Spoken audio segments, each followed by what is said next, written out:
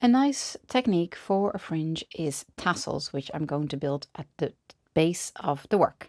I have cut some different materials at the desired length, and I'm going to first make the first tassel with some super chunky merino, and I'm using a double strand just to kind of build the thickness of the fringe.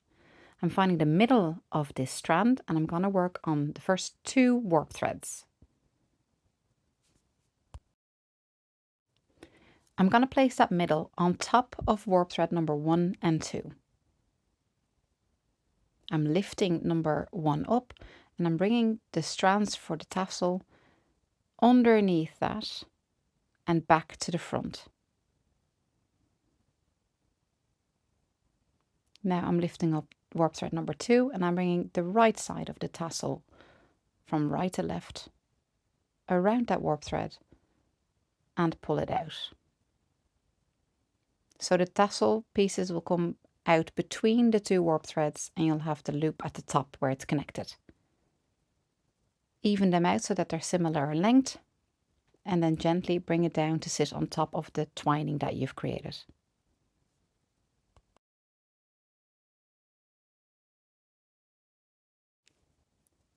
Let's build the next one. I have some linen thread here.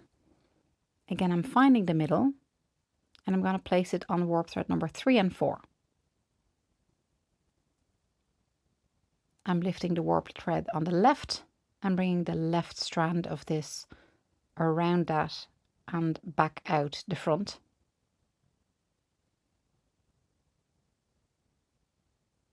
And then I'm lifting the right one and bringing the right strand around it and back out the front. Line up the ends so that they're similar in length. Adjust if needed, and then gently bring it down.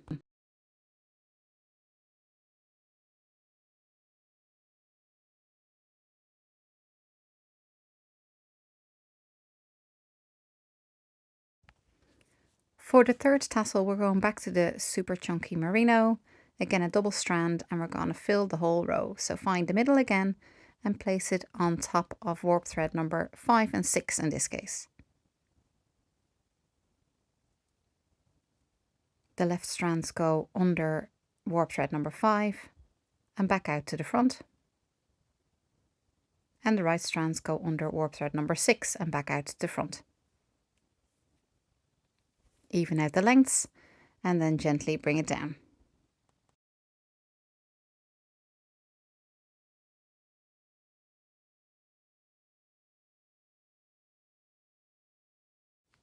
We're going to fill the whole width of the work with the fringe, constantly working in 2s. That's why it's important when you set up your loom that you have an even number of warp threads.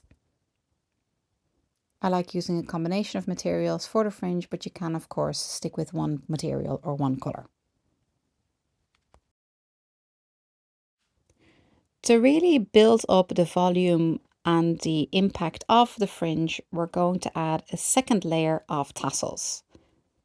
These will sit on top of the first layer to add some depth to it. I have decided to make these pieces slightly shorter to add a bit of volume. So I find the middle of this piece again, and on my first row of tassels I have worked on 1, 2, 3, 4, 5, 6. For your second row, however, you're going to kind of go in between that. So I'm going to put my first tassel on warp thread number 2 and 3, skipping number 1. So I find the middle of this tassel and place it on warp threads number 2 and 3. From here, I continue making the tassel as I did on the first row, so around the left strand and then around the right strand. Pulling it out the middle, evening out the length and gently bringing it down to sit on top of the already existing row of tassels.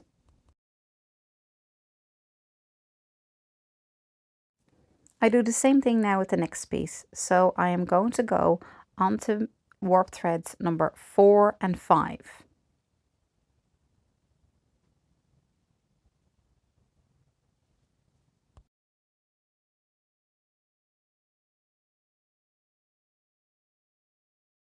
And we're again going to fill out this whole row.